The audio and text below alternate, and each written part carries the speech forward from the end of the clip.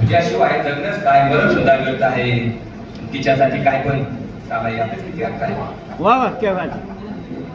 मित्रांनो, खरं सांगू का मित्रांनो, मी माझ्याच धुंदीत नसतो माणसाच्या या गर्दीत. खरं सांगू का मित्रांनो, मी माझ्याच धुंदीत नसतो माणसाच्या या गर्दीत, पण माणूस होऊन जगणारा मी एक माणूसच. प्रेम माया मुद्दा सारं काही संपते. प्रेम माया मुद्दा सारं काही संपलंय. उरलाय तो फक्त अर्थही देवरूपीमान.